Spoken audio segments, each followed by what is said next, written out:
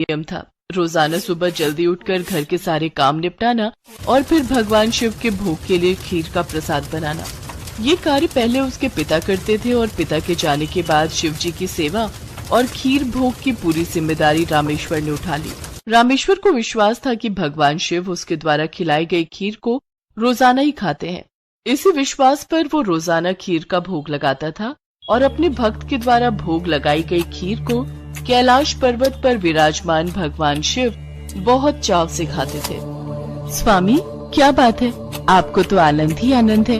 आपके भक्त आपको प्रेम से इतने स्वादिष्ट व्यंजन खिलाते हैं और आपका भक्त रामेश्वर तो नियम के अनुसार आपको खीर का भोग लगाता है। लाइए, थोड़ी सी खीर मुझे भी दे दीजिए। रामेश्वर के हाथों की खीर बहुत ही स्वादिष्ट होती है। हाँ देवी पार्वती, रामेश्वर इतनी स्वादिष्ट खीर का भोग लगाता है कि मन प्रसन्न हो जाता है। तभी नंदी और समस्त शिवगण वहाँ जाते हैं। महादेव, ये लीजिए, हम भांग और धतूरा ले आए हैं। नंदी, अभी तो हम स्वादिष्ट खीर का आनंद ले रहे हैं। ऐसा करो, भांग और धतूरे को वहाँ छोटे पर्वत पर रख दो। हम कुछ समय के बाद उसे ग्रहण करेंगे। अरे नंदी महादेव तो हमारी ओर देख तक नहीं रहे। उनका सारा ध्यान तो रामेश्वर की बनाई हुई खीर पर है। ऐसे कब तक चलेगा नंदी? हाँ, मैं भी यही देख रहा हूँ। इतने प्रेम से हम भांग और धतूरा पीस कर लाए और महादेव ने हमें इसे रखने के लिए बोल दिया। अरे नहीं नहीं, ऐसी बात नहीं है। महादेव ने बोला है कि हम उसे वहाँ रख दें। वो कुछ देर बाद उसे ग्रहण करेंगे। महादेव रोजाना रामेश्वर की भोग लगाई हुई खीर को बहुत चाव से खाते हैं। नंदी, मैं तो कई बार सोचता हूँ कि रामेश्वर की खीर में ऐसा क्या है कि भोलेनाथ सबसे पहले उसकी भोग लगाई खीर को ही खाते हैं और फिर और किसी तरफ उनका ध्यान ही नहीं जाता। तभी तो हम भांग धतूरा लेकर आए और उन्होंने बिना देखे ही इसे रखने के लिए बोल दिया। हाँ, कह तो तुम ठीक रहे हो भैरव। महादेव को भांग धतूरा इतना प्रिय है, पर रामेश्वर की खीर से ज्यादा उन्हें इस समय कुछ भी प्रिय नहीं लग रहा। तो क्या किया जाए नंदी कि महादेव का ध्यान अपने भक्त रामेश्वर से हटकर हमारी ओर आ जाए? एक रास्ता है। नंदी ने सभी गणों के कान में कुछ कहा। उसके पश्चात सभी गण पृथ्वी लोक पर आ गए और सबने ब्राह्मण रूप ले लिया और सब लोग रामेश्वर के पास पहुँचे। रामेश्वर शिव जी को खीर का भोग लगाने के लिए बाजार से सामान खरीद रहा था। ब्राह्मण वेश में नंदी ने रामेश्वर से कहा, रामेश्वर, तुम हमें नहीं जानते, पर हम तुम्हें बहुत अच्छे से जानते हैं। तुम भगवान शिव के भक्त हो और रोजाना उन्हें खीर का भोग लगाते हो। हाँ ब्राह्मण देव, आप तो सब कुछ जानते हैं। हाँ रामेश्वर, हम सब जानते हैं, इसीलिए तो हम तुम्हारे पास आए हैं।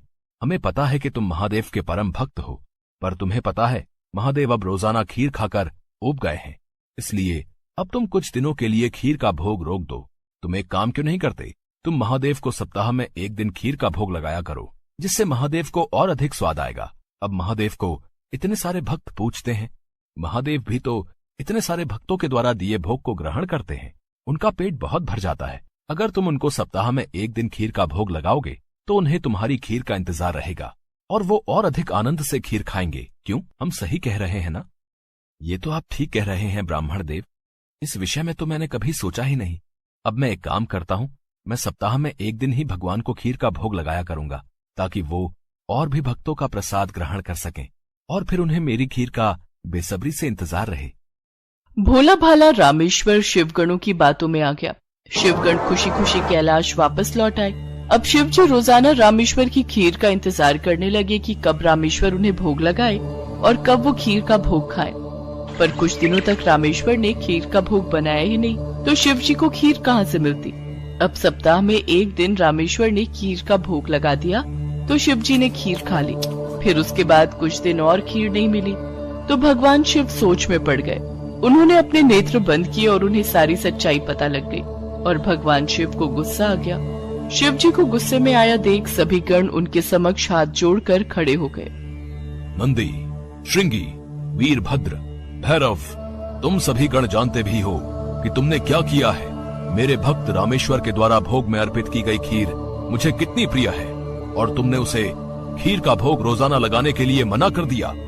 महादेव, हमें क्षमा कर दीजिए, हमसे भूल हो गई। महादेव, जब हम आपको खीर खाता हुआ देखते थे तो हम यही सोचते थे कि आप हमारी ओर ध्यान नहीं दे रहे हैं। अच्छा, तो ये कारण है, पर तुम सब ये नहीं जानते कि मेरा प्रेम अपने सभी भक्तों पर एक समान है। मैं भला तुम्हें कैसे भूल सकता हूँ? तुम तो मेरे हृदय में वास करते हो। तुम सब तो मेरी ही शक्तियों द्वारा उत्पन्न हुए हो। संसार में मेरा प्रत्येक भक्त मुझे एक समान प्रिय है और प्रत्येक भक्त के हृदय में मैं ही विद्यमान हूँ। इसलिए मेरा प्रेम कभी भी कम या ज्यादा नहीं हो सकता। माता पिता के लिए तो उनके सभी बच्चों में प्रेम एक समान होता है, फिर तुम ये भूल कैसे सकते हो? भगवान शिव की बातें सुनकर सभी शिवगण समझ गए कि उन्होंने कितनी बड़ी भूल कर दी। सचमुच महादेव का प्रेम तो अपने सभी भक्तों के लिए एक समान रहता है। इसके बाद सभी शिवगण फिर से एक बार रामेश्वर के पास गए। रामेश्वर, हमें भगवान शिव का संदेशा आया है। वो कह रहे थे कि तुम्हारी खीर इतनी स्वादिष्ट होती है कि वो सप्ताह भर की प्रतीक्षा नहीं कर सकते। सप्ताह में एक दिन भोग से उनका मन ही नहीं भरता। इसलिए उनकी आज्ञा है कि तुम रोजाना ही उन्हें खीर का भोग लगाया करो। आप सच कह रहे हैं ब्राह्मण देव? भगवान शंकर को मेरे हाथों की बनी खीर इतनी प्रिय है? ठीक है, फिर मैं रोजाना उन्हें खीर का भोग लगाऊंगा। ये सुनकर रामेश्वर बहुत खुश हुआ। अब एक बार फिर रामेश्वर रोजाना खीर बनाकर भगवान शिव को भोग लगाने लगा। अब तो समस्त शिवगण भी भगवान शिव के साथ रामेश्वर द्वारा भोग लगी प्रसाद की खीर का आनंद लेते और खूब भरपेट खीर को खाते। भगवान शिव और देवी पार्वती दोनों सभी गणों को इस प्रकार खीर खाता देख मंद मंद मुस्कुराने लगे। भगवान शिव ने अपने परम भक्त रामेश्वर को सभी सुख सुविधाओं से पूर्ण रखा। उसके जीवन में कभी भी कोई कठिनाई नहीं आई। रामेश्वर का विवाह एक बहुत ही सुशील कन्या के साथ हुआ। उसके घर में 2 बच्चों का जन्म हुआ।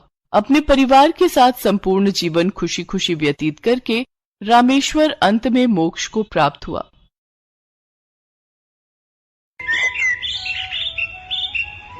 मां पार्वती ने भगवान शिव से एक प्रश्न पूछा, जिसके बाद भोलेनाथ ने एक कथा सुनाई और अमर हो गया कबूतर का जोड़ा। उसी अमर कथा से जुड़ी है ये पौराणिक कथा। एक बार नारद मुनि कैलाश पर्वत पर भगवान शिव से मिलने पहुँचे। नारायण नारायण, प्रणाम माते। आइए देवर्षि नारद, कैसे आना हुआ? माते, मैं तो भगवान शिव और आपके दर्शन करने आया हूँ, पर महादेव कहीं दिखाई नहीं दे रहे। वे तो भ्रमण के लिए गए हैं, कुछ देर में लौटेंगे। देवर्षि नारद माँ पार्वती से वार्तालाप करने लगे। तभी उन्होंने माँ पार्वती से पूछा, माते, क्या आप अमर कथा के बारे में जानती हैं? अमर कथा? वो कौन सी कथा है? उसके बारे में तो मैं नहीं जानती। नारायण नारायण, माते, जब भगवान भोलेनाथ आएंगे तब आप उनसे इस बारे में पूछना। अच्छा माते, मैं चलता हूँ। नारायण नारायण। पार्वती माता सोच में पड़ गई कि ऐसी कौन सी कथा है जो स्वामी ने मुझसे नहीं कही। तभी भोलेनाथ कैलाश पर लौट आते हैं। माता पार्वती उनसे इस बारे में चर्चा करती हैं। प्रभु, आपने मुझे कभी अमर कथा के बारे में क्यों नहीं बताया? मुझे आज और अभी अमर कथा सुननी है। ठीक है देवी, मैं आपको आज अमर कथा सुनाऊंगा, परंतु उसके कुछ नियमों का पालन आपको करना पड़ेगा। अमर कथा के दौरान आपको एक क्षण के लिए भी सोना नहीं है। आप बीच बीच में हुंकार भरती रहना, ताकि मुझे आभास रहे कि आप कथा सुन रही हैं, क्योंकि मेरे नेत्र भी उस क्षण बंद रहेंगे। ठीक है स्वामी, मैं ऐसा ही करूंगी। भगवान शंकर ने माता पार्वती से एकांत और गुप्त स्थान पर अमर कथा सुनने को कहा, जिससे कि अमर कथा कोई अन्य जीव न सुन पाए, क्योंकि जो कोई भी इस अमर कथा को सुन लेता है वो अमर हो जाता। इसके पश्चात शिवजी देवी पार्वती को अमर कथा कहने एक गुफा में ले गए। पुराणों में कहा जाता है शिवजी ने देवी पार्वती को अमरनाथ की गुफा में अपनी साधना की अमर कथा सुनाई थी, जिसे हम अमृतत्व कहते हैं। प्रचलित कथा के अनुसार भगवान भोलेनाथ ने अपनी सवारी नंदी को पहलगाम पर छोड़ दिया, जटाओं से चंद्रमा को चंदनवाड़ी में अलग कर दिया और गंगा जी को पंचतरणी में तथा कंठाभूषण सर्पों को शेषनाग पर छोड़ दिया। इस प्रकार इस पड़ाव का नाम शेषनाग पड़ा। अगला पड़ाव गणेश पड़ता है। इस स्थान पर भोलेनाथ ने अपने पुत्र गणेश को भी छोड़ दिया था, जिसको महागुणा का पर्वत भी कहा जाता है। पिस्सू घाटी में पिस्सू नामक कीड़े को भी त्याग दिया। इस प्रकार महादेव ने जीवनदायिनी 5 तत्वों को भी अपने से अलग कर दिया। इसके बाद माँ पार्वती सहित उन्होंने गुप्त गुफा में प्रवेश किया और अमर कथा माँ पार्वती को सुनाने लगे।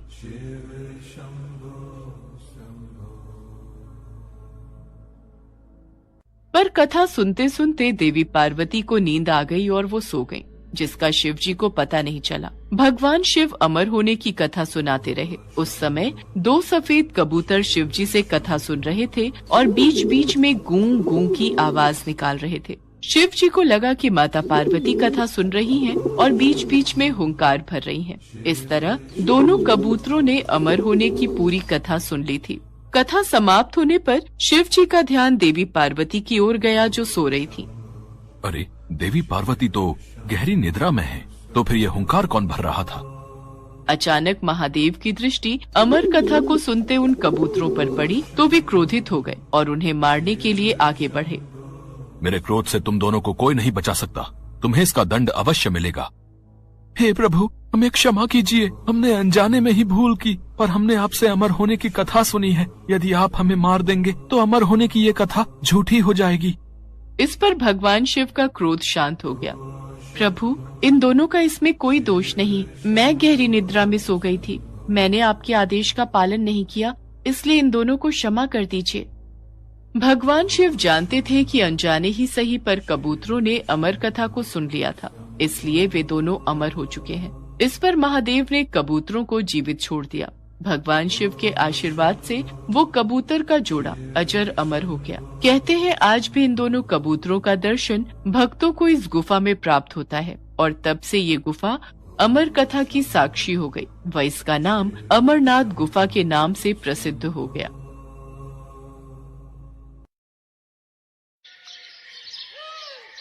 पृथ्वी की रक्षा और जन कल्याण के हित के लिए अनेकों बार भगवान विष्णु की भांति भगवान शिव ने भी अवतार लिया है। भगवान शिव द्वारा लिया गया ऐसा ही एक अवतार है बटुक अवतार। बटुक का अर्थ होता है छोटा बच्चा। पौराणिक कथा के अनुसार एक बार मां पार्वती की पुत्री अशोक सुंदरी ने हुंड नामक दैत्य को अपनी बाल्यावस्था में एक श्राप दिया था कि उसकी मृत्यु अशोक सुंदरी के होने वाले पति नहुष के हाथों ही होगी। इसलिए बाल्यावस्था में ही हुंड ने नहुष का वध करने की योजना बनाई। मैं अशोक सुंदरी के श्राप को सिद्ध होने से पहले ही नष्ट कर दूंगा। मैं बाल्यावस्था में ही नहुष और अशोक सुंदरी का वध कर दूंगा। मुझे ये बात माताश्री को बतानी होगी। माताश्री, माताश्री, आप कहाँ हो? मेरा हृदय व्याकुल हो रहा है। क्या हुआ अशोक सुंदरी? आप इतनी घबराई हुई क्यों हो पुत्री? माताश्री, हुंड राक्षस नहुष को मारने के लिए निकल चुका है। वो नहुष का वध करने वाला है। उसको रोक लीजिए माताश्री, नहीं तो अनर्थ हो जाएगा। हुंड राक्षस की इतनी हिम्मत कि वो नहुष की हत्या करने का साहस कर बैठा। आज हुंड दैत्य को मेरे हाथों से कोई नहीं बचा सकता। देवता, ऋषि, मुनि सब हुंड के प्रकोप से तंग आ चुके हैं। अब मुझे उसका संहार करना ही होगा। देखते ही देखते मां पार्वती मां काली के रूप में आ जाती हैं। उनका क्रोध बढ़ रहा था। वो हाथों में खड्ग लिए हुंड के वध के लिए निकल पड़ती हैं। किंतु यदि वो हुंड का वध कर देती तो वो प्रकृति के खिलाफ हो जाता, क्योंकि हुंड दैत्य का वध नहुष के हाथों ही लिखा था। इसलिए मां काली को रोकना जरूरी था। पर उनके क्रोध को कौन रोकेगा, यही समस्या थी। नारायण नारायण। प्रभु, मां काली तो क्रोध में आकर हुंड का वध करने निकल चुकी हैं। अब इनके क्रोध को कौन शांत करेगा? कौन इन्हें रोकेगा? आप सही कह रहे हैं देवर्षि नारद। मां काली को यदि रोका नहीं गया तो अनर्थ हो जाएगा। अब तो सिर्फ महादेव ही उनके क्रोध को शांत कर सकते हैं, जिस प्रकार उन्होंने पहले भी कई बार मां काली के मार्ग में आकर उनके क्रोध को शांत किया है। आप तो जानते ही हैं देवर्षि नारद, जब देवी पार्वती अत्यंत क्रोधित होती हैं तो वो महाकाली का रूप धारण कर लेती हैं और फिर उनके क्रोध को शांत करना असंभव हो जाता है। इतनी देर में सभी देवी देवता भगवान विष्णु के पास प्रकट होते हैं। प्रभु, देवी काली अत्यंत क्रोधित हो चुकी है।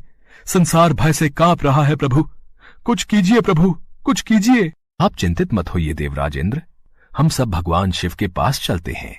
महादेव, सभी देवी देवता आपके पास विनती हेतु आए हैं, इनकी सहायता कीजिए। मैं आपकी क्या सहायता कर सकता हूँ ब्रह्मदेव?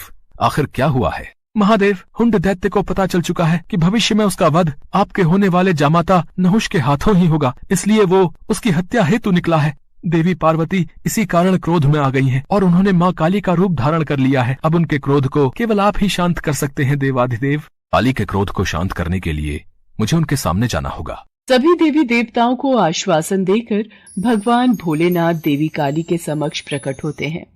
देवी काली क्रोध की अग्नि में जल रही थी। वो भगवान शिव को अपने सामने देखकर विशाल रूप धारण कर लेती हैं और उनका क्रोध अत्यधिक बढ़ जाता है। शिव जी भी उन्हें रोकने के लिए अपना विशाल रूप धारण कर लेते हैं। रुक जाओ देवी पार्वती, शांत हो जाओ। नहीं, अब मेरा क्रोध तभी शांत होगा जब मैं हुंड दैत्य का वध करूंगी। देवी पार्वती, यदि आपने हुंड का वध कर दिया तो हमारी पुत्री अशोक सुंदरी द्वारा दिए गए उस श्राप का क्या होगा? वो श्राप व्यर्थ जाएगा। आप उस श्राप की मर्यादा को कैसे भंग कर सकती हो? आप जानते हैं प्रभु, हुंड ने हमारी पुत्री और होने वाले जमाता को मारने का दुस्साहस किया है और आप कहते हैं कि मैं शांत हो जाऊं? नहीं। देवी पार्वती, आसमान की ओर देखिए।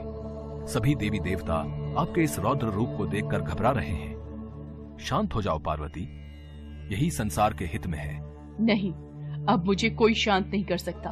आप मेरे मार्ग से हट जाइए, मैं आज नहीं रुकूंगी।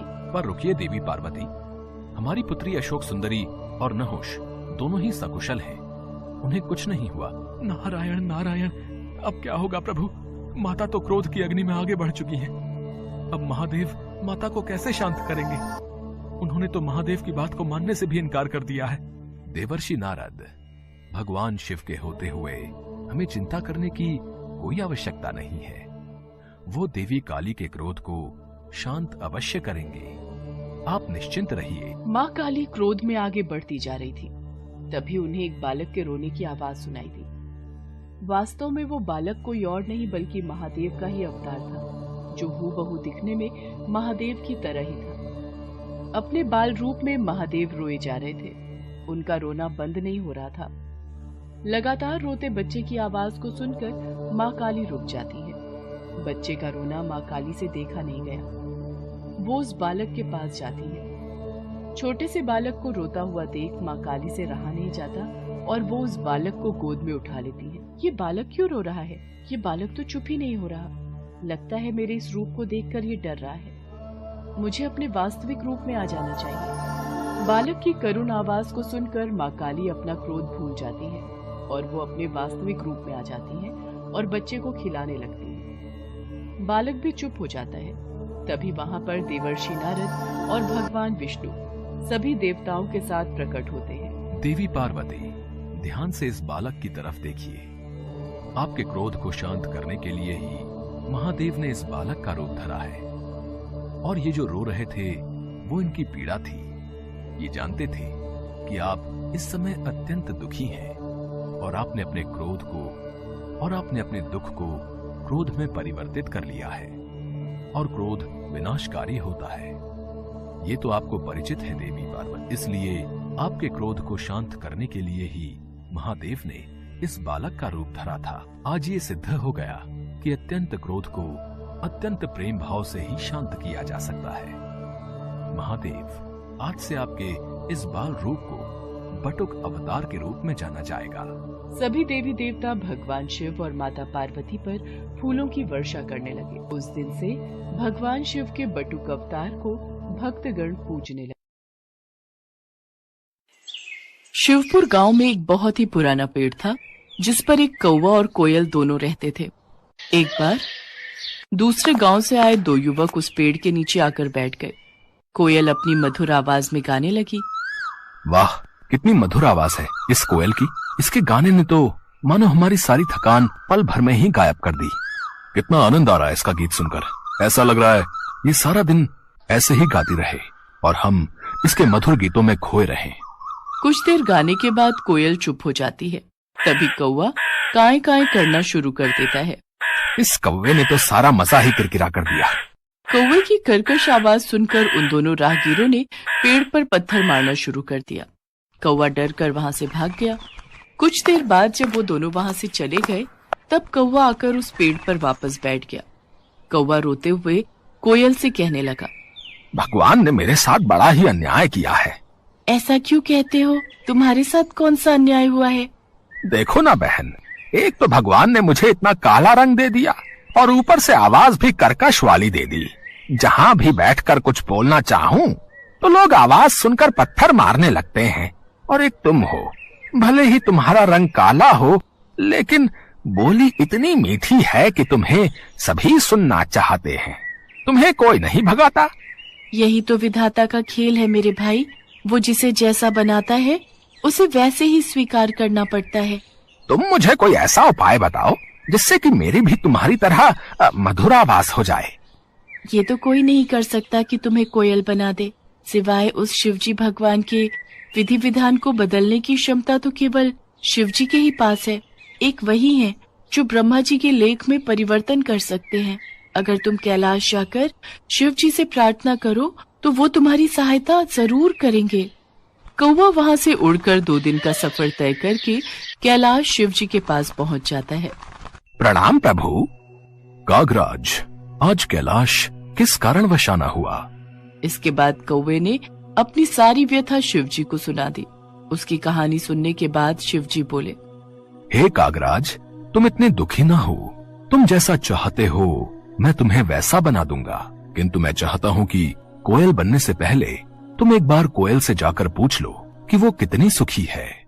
शिवजी की बात सुनकर कौवा कोयल के पास जा पहुंचा और उसको अपनी और शिवजी के बीच हुई सारी बात बता दी। फिर कोयल उससे कहने लगी, भैया, मेरी आवाज भले ही मीठी है पर रंग काला है। अंधेरे में मैं दिखाई नहीं देती। मुझसे अच्छी जिंदगी तो हंस की है, जो कितना सफेद है। सभी देखना चाहते हैं उसे। सारा दिन सरोवर में रहता है, कितना सुंदर लगता है। हर कोई उसे देखना चाहता है। कोयल की बातें सुनकर कौवे का मन बदल गया और वो फिर शिवजी के पास पहुंचा। प्रभु, अब मुझे कोयल नहीं बनना। वो तो अपनी जिंदगी से खुश नहीं है, किंतु हंस जरूर अपनी जिंदगी से खुश होगा। ठीक है, मैं तुम्हें जरूर हंस बना दूंगा, पर एक बार जाकर तुम हंस से पूछ कर आओ कि वो कहीं अपनी जिंदगी से दुखी तो नहीं है। कौवा एक बार फिर उड़कर हंस के पास पहुंचा। भाई, मैं तुमसे कुछ पूछना चाहता हूँ। पूछो भाई, क्या पूछना चाहते हो? तुम तो अपनी जिंदगी में बहुत खुश होगी ना? नहीं भाई, मुझे हमेशा डर लगा रहता है कि कहीं कोई मेरा शिकार न कर ले। लेकिन तुम्हारा शिकार कौन करेगा? आजकल हर कोई पानी में रहने वाले पशु पक्षियों को मारकर खा लेते हैं। मुझे तो हर समय यही डर लगा रहता है कि कहीं कोई मुझे मार न दे। यही मेरी जिंदगी है। सच कहूं तो जिंदगी तो तोते की अच्छी होती है, हरा हरा रंग और लाल लाल चोंच। हंस की बात सुनकर कौवा तोता बनने की ख्वाहिश पाल लेता है और वो शिवजी के पास जाकर कहता है, प्रभु, मुझे तोता बना दीजिए। कागराज, तुम एक बार तोते से जाकर पूछो कि कहीं उसको भी अपनी जिंदगी से कोई शिकायत तो नहीं है। उसके बाद कौवा तोते के पास चला जाता है और उससे पूछता है, दोस्त, तुम तो अपनी जिंदगी में बहुत खुश हो गए। तुम्हें कोई शिकायत नहीं होगी। तुम अपनी इस चोंच से स्वादिष्ट खाना खाते हो। हरा हरा सा खूबसूरत रंग है तुम्हारा। लाल लाल सुंदर सुंदर चोंच है तुम्हारी। देखने में कितने सुंदर हो। सब लोग तुम्हें मिट्ठू कहकर बुलाते हैं। दोस्त, मेरी सुंदरता ही तो मेरी जान का कारण है। मुझे हमेशा डर सताता रहता है कि कहीं कोई मुझे पकड़कर पिंजरे में ना बंद कर दे, मेरी आजादी ना छीन ले। असली सुंदरता तो मोर के पास है। सुंदर सुंदर पंख, और जब वो नृत्य करता है तो कितना सुंदर लगता है। तोते की बात सुनने के बाद कौवा शिवजी के पास गया और बोला, प्रभु, ना ही मुझे हंस बनना है और ना ही तोता। कृपा करके मुझे मोर बना दीजिए। मोर तो अपनी जिंदगी से बहुत खुश होगा। कागराज, तुम एक बार मोर से भी पूछ लो, उसे कहीं अपनी जिंदगी से कोई शिकायत तो नहीं है। कौवा मोर को ढूंढने गया, लेकिन वो उसे कहीं दिखाई नहीं दिया। फिर वो उसे चिड़ियाघर में मिलता है। भाई, तुम दिखने में कितने सुंदर हो। जब तुम नाचते हो तो तुम्हारी खूबसूरती में 4 चांद लग जाते हैं। लोग तो तुम्हारे साथ फोटो खींचने में कितने खुश रहते हैं। और एक मैं काला कलूटा, अगर मैं किसी की छत पर भी बैठ जाऊं तो वो मुझे वहां से भगा देते हैं। अरे काहे की सुंदरता, इसी सुंदरता के कारण तो आज मैं पिंजरे में कैद हूँ। अगर बाहर रहता हूँ तो हर समय डर रहता है कि कब न जाने कौन आकर मेरे पंख नोच ले, कहीं कोई मेरा शिकार न कर ले। सबसे अच्छी जिंदगी तो तुम्हारी है, ना ही तुम्हें कोई पकड़ता है और ना ही तुम्हारा शिकार करता है। अपनी आजादी में रहते हो, लेकिन फिर भी न जाने क्यों तुम्हें खुद से शिकायत रहती है कि तुम्हारा रंग काला है और आवाज बेकार है। सच कहूँ तो यही तुम्हारा सुरक्षा कवच है। मैं तो ईश्वर से प्रार्थना करता हूँ कि अगले जन्म में मुझे कौवा ही बनाए। मोर की बातों को सुनकर अब कौवे को समझ में आ चुका था कि ईश्वर वही करता है जो तुम्हारे लिए अच्छा होता है, ना कि वो जो तुम्हें पसंद हो। ये सोचकर कौवा फिर शिवजी के पास पहुंचा और कहने लगा, प्रभु, मुझे ना तो तोता बनना है, न कोयल, न हंस और न मोर। मैं जैसा हूँ मैं वैसा ही ठीक हूँ प्रभु। शिवजी उसकी बातें सुनकर हंसते हैं और कहते हैं, कागराज, यही तो मैं तुम्हें समझाना चाहता था। हमें किसी से खुद की तुलना नहीं करनी चाहिए, क्योंकि वो हमेशा दुख का कारण ही बनती है और हर कोई अपने आप में श्रेष्ठ है। अब कौवे को सारी बात समझ आ चुकी थी। वो शिवजी से आज्ञा लेकर खुशी खुशी वापस कोयल के पास लौट जाता है। भगवान शिव को ये बात पता नहीं थी कि उनका एक पुत्र है जिसका निर्माण माता पार्वती ने किया है। भगवान शिव माता पार्वती से मिलने आने वाले होते हैं। ये खबर सुनकर माता पार्वती स्नान करने चली जाती हैं, लेकिन उस समय कोई गुण उपस्थित न होने के कारण वो गणेश को बाहर पहरेदारी के लिए खड़ा करके जाती हैं कि कोई अन्य अंदर प्रवेश न कर सके। इसके पश्चात भगवान शिव वहां पहुंचते हैं और अपनी गुफा में जाने का प्रयास करते हैं। गणेश जो द्वार पर पहरेदारी कर रहे होते हैं, वो शिव जी को अंदर जाने से रोकते हैं। शिव जी को आश्चर्य होता है कि ये बालक कौन है जो उन्हें उनके ही निवास स्थान पर जाने से रोक रहा है। कौन हो तुम धूर्त बालक, जो इस तरह से बात कर रहे हो? हम स्वयं ही भीतर जाकर देवी पार्वती से पूछते हैं, ये कौन बालक हमारे द्वार पर हमारा रास्ता रोक कर खड़ा है? रुकिए, आपको भीतर जाने की अनुमति नहीं है। मेरी माता श्री का आदेश है कि कोई भी भीतर न जाने पाए, और जब तक वो नहीं कहती मैं किसी को भी इस महल के भीतर नहीं जाने दूंगा। बालक, हमें क्रोध मत दिलाओ, हमारे सामने से हट जाओ, वरना हमारे क्रोध को तुम नहीं जानते हो। और आप मुझे नहीं जानते। मेरे होते हुए इस द्वार को कोई नहीं लांघ सकता। तो फिर आज हमारे हाथों तेरा वध होगा। ले बचा अपने आप को हमारे इस वार से। अच्छा, तो आप युद्ध करना चाहते हैं तो ये भी हो जाए। इसी बात पर गणेश जी और शिव जी में युद्ध प्रारंभ हो जाता है। युद्ध में भगवान शिव अपने त्रिशूल से गणेश का सिर धड़ से अलग कर देते हैं। सभी देवता भी वहां उपस्थित होते हैं और उन्हें भी इस बात का अंदाजा नहीं होता है कि गणेश कौन है। सबकी आवाजें सुनकर माता पार्वती बाहर आती हैं और ये देखती हैं कि उनके पुत्र का धड़ अलग और सिर अलग है। माता पार्वती क्रोध से भर गई और शेर सवारी माँ दुर्गा के रूप में आ गई। उन्होंने अपनी सभी शक्तियों को प्रकट कर प्रलय मचाने का आदेश दिया। शैलपुत्री, ब्रह्मचारिणी, कुष्मांडा, स्कंद माता, कात्यायनी, कालरात्रि, महागौरी, सिद्धिदात्री, मेरे 9 रूप, मेरी 9 शक्तियां प्रकट हो। देखते ही देखते माँ दुर्गा के 9 रूप 9 देवियां प्रकट हो गईं। मेरी शक्तियों, सारे संसार में प्रलय मचा दो। सबसे पहले उनका विध्वंस करो जो मेरे पुत्र को मारकर आनंद मना रहे हैं, विजय उत्सव मना रहे हैं। स्वजन परिजन का भेद भुलाकर जो मिले उन्हें तुरंत यमपुरी पहुंचा दो।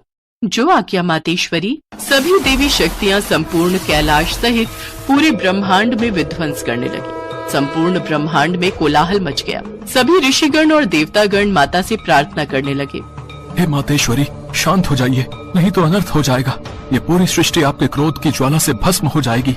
जब तक मेरा पुत्र जीवित नहीं हो जाता तब तक चारों ओर ऐसी ही तबाही मची रहेगी। अब तो भगवान भोलेनाथ ही कुछ कर सकते हैं। हम सभी को उनके पास जाना चाहिए। सभी देवतागण और ऋषिगण भगवान भोलेनाथ के पास जाते हैं। हे महादेव, माँ पार्वती का क्रोध बढ़ता ही जा रहा है। उनकी 9 शक्तियाँ पूरे ब्रह्मांड का विध्वंस कर देंगी। कुछ कीजिए प्रभु, उनका क्रोध शांत करने के लिए कुछ कीजिए। माँ पार्वती ने कहा है, जब तक गणेश को पुनर्जीवन नहीं मिल जाता तब तक उनका क्रोध शांत नहीं होगा। अगर गणेश को पुनर्जीवन नहीं मिला तो सर्वनाश हो जाएगा। आप चिंता मत कीजिए, मैं इस समस्या का समाधान सोच चुका हूँ। पर महादेव, आप बालक गणेश को पुनर्जीवित कैसे करेंगे? बालक गणेश का मस्तक तो आपके त्रिशूल के प्रहार से क्षत विक्षत हो गया है। होगा, अवश्य होगा। हे मधुसूदन, आप उत्तर दिशा की ओर जाइए और जो भी प्राणी आपको सबसे पहले दिखाई दे उसका मस्तक काट कर ले आइए। भगवान श्री हरि विष्णु उत्तर दिशा की ओर प्रस्थान करते हैं। उत्तर दिशा का अवलोकन करने पर भगवान श्री हरि विष्णु को सबसे पहले दिखाई देने वाला प्राणी एक हाथी था, जो वास्तव में देवराज इंद्र का श्रापित हाथी ऐरावत था। श्री हरि विष्णु मुस्कुराए और उस हाथी के समीप गए। हाथी ने विष्णु जी को नमस्कार किया, मानो वो खुद भी इस श्राप से मुक्त होने की कामना कर रहा हो। श्री हरि विष्णु ने अपने सुदर्शन चक्र से उसका शीश काटकर उसे मुक्ति प्रदान की। ऐरावत हाथी श्राप से मुक्त हो गया और अपने असली रूप में आकर स्वर्ग लौट गया। भगवान विष्णु हाथी का मस्तक लेकर कैलाश लौट आए। उसके पश्चात भगवान शिव गणेश के धड़ से हाथी का मस्तक जोड़ देते हैं। भगवान गणेश जीवित हो जाते हैं और माता पार्वती का क्रोध शांत हो जाता है। सभी देवी देवता भगवान गणेश को अपना अपना आशीर्वाद देते हैं। पुत्र गणेश, मैं तुम्हें वरदान देती हूँ कि संसार में अब से तुम प्रथम पूजनीय कहलाओगे। कोई भी मंगल कार्य शुरू करने के लिए प्रथम पूजा तुम्हारी होगी। श्री गणेश के प्रथम पूजन के बिना कोई भी मंगल कार्य, पूजा पाठ, जप तप, व्रत, धर्म आदि का फल प्राप्त नहीं होगा। आज से गणेश को सभी का अध्यक्ष घोषित किया जाता है। प्रथम पूज्य होने के कारण आज से तुम मेरे सभी गणों के भी अध्यक्ष बनोगे। मेरा आशीर्वाद है, संसार में कोई भी तुम्हारा सामना नहीं कर सकेगा। और फिर सभी देवी देवता बालक गणेश को अपना अपना आशीर्वाद देते हैं। बालक गणेश सभी देवी देवताओं को नमन करते हैं। भगवान भोलेनाथ और माँ पार्वती बालक गणेश को अपने हृदय से लगा लेते हैं। उस दिन से गौरी पुत्र गणेश प्रथम पूजनीय हो गए। संसार में कोई भी शुभ कार्य करने से पहले भगवान गणेश की पूजा होती है। उसके पश्चात ही कोई मंगल कार्य की शुरुआत होती है।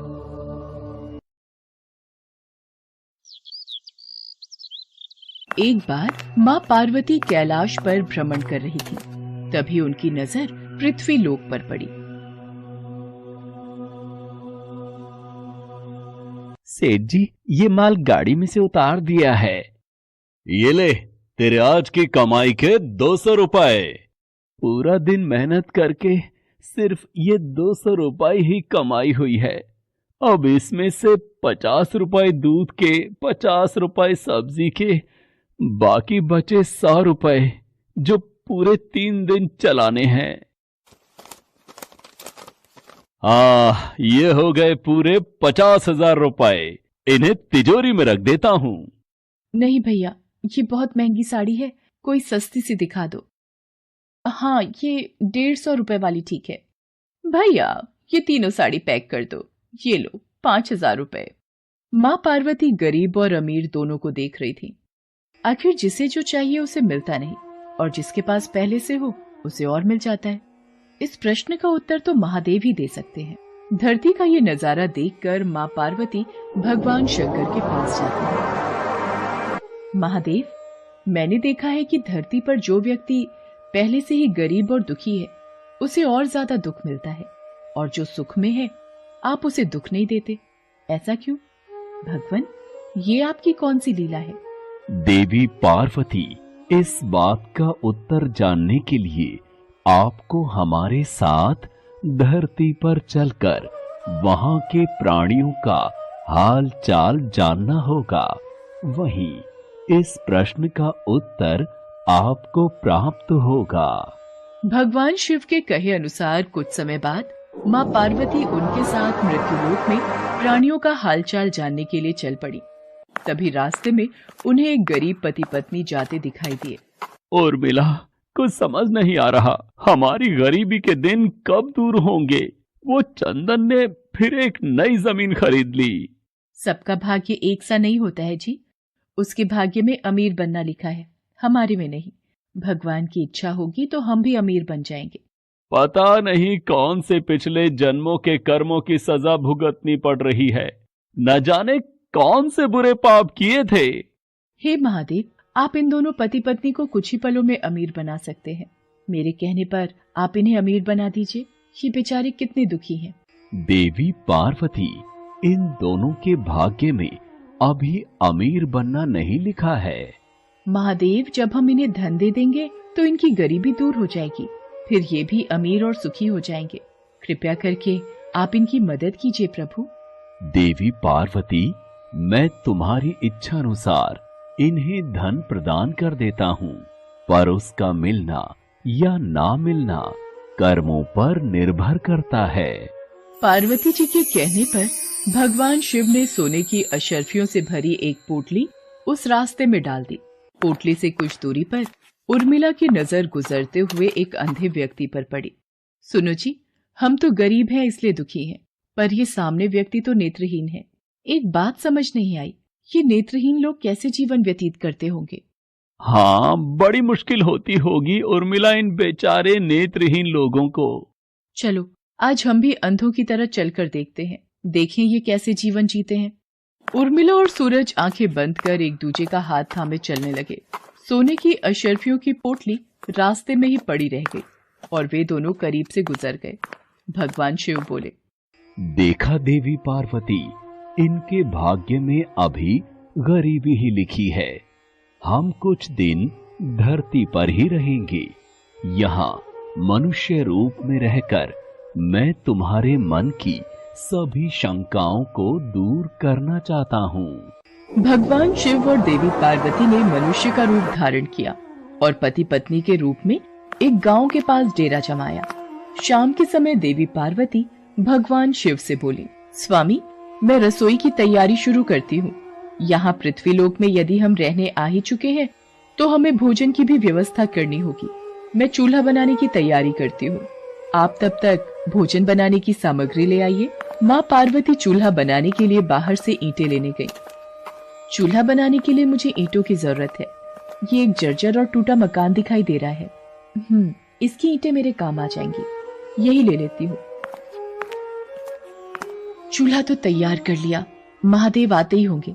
अरे आप आ गए, ये देखिए मैंने चूल्हा तैयार कर लिया। पर आप खाली हाथ क्यों लौट आए स्वामी? भोजन कैसे बनेगा?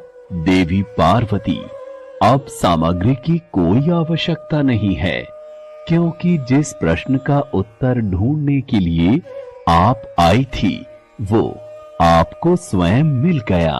मैं कुछ समझी नहीं स्वामी, मेरे प्रश्न का उत्तर मेरे समक्ष ही है। हाँ देवी पार्वती, आप यही जानना चाहती है ना कि इस पृथ्वी पर क्यों गरीब लोग ज्यादा परेशान होते रहते हैं। अच्छा ये बताइए, आप इस चूल्हे को बनाने के लिए ईंटें कहाँ से लेकर आई हो? प्रभु, इस गांव में बहुत से ऐसे घर भी हैं जिनका रखरखाव सही ढंग से नहीं हो रहा है। उन पुराने घरों की जर्जर हो चुकी दीवारों में से मैं ईंटें निकाल कर ले आई। इसका मतलब जो घर पहले से खराब थे आपने उन्हें और खराब कर दिया, जबकि आप मजबूत घरों की दीवारों से भी तो ईंटें ला सकती थी। प्रभु, जो घर अच्छे और सुंदर दिख रहे थे उस घर के लोगों ने अपने घरों का रखरखाव बहुत अच्छी तरह किया है। ऐसे में उन सुंदर घरों को बिगाड़ना मुझे उचित नहीं लगा। देवी पार्वती, कुछ दिन पहले पूछे आपके प्रश्न का उत्तर भी यही है। जिन लोगों ने अपने जीवन को अच्छे कर्मों से सुंदर बना रखा है उन्हें दुख कैसे हो सकता है? इस संसार में हर मनुष्य अपने कर्मों का ही फल पाता है। सबके पास सब कुछ नहीं होता। मनुष्य के पिछले जन्मों का कर्म उसे इस जन्म में भुगतना ही पड़ता है, और यदि वो अपने इस जन्म और आने वाले अन्य जन्मों को सुखी बनाना चाहता है तो हमें सदैव ही पुण्य कार्य करते रहना चाहिए, ताकि हमारे कर्म उसमें जुड़ते रहें। आपको ज्ञात है वो मार्ग में उस दिन एक नेत्रहीन व्यक्ति। हाँ स्वामी, मुझे ज्ञात है। वो देखिए देवी पार्वती, उसके पास धन दौलत ऐशो आराम की कोई कमी नहीं है, परंतु उसकी आंखों का इलाज नामुमकिन है। ये उसके पिछले जन्म के कर्मों से जुड़ा है। उसने पिछले जन्म में जानबूझकर किसी निर्दोष की आंखों की रोशनी छीन ली थी, इसलिए ये इस जन्म में नेत्रहीन हो गया। पर इसके कुछ पुण्य कार्यों की वजह से ये अमीर बना। और वो गरीब पति पत्नी स्वामी? देवी, वो दोनों पिछले जन्म में एक कंजूस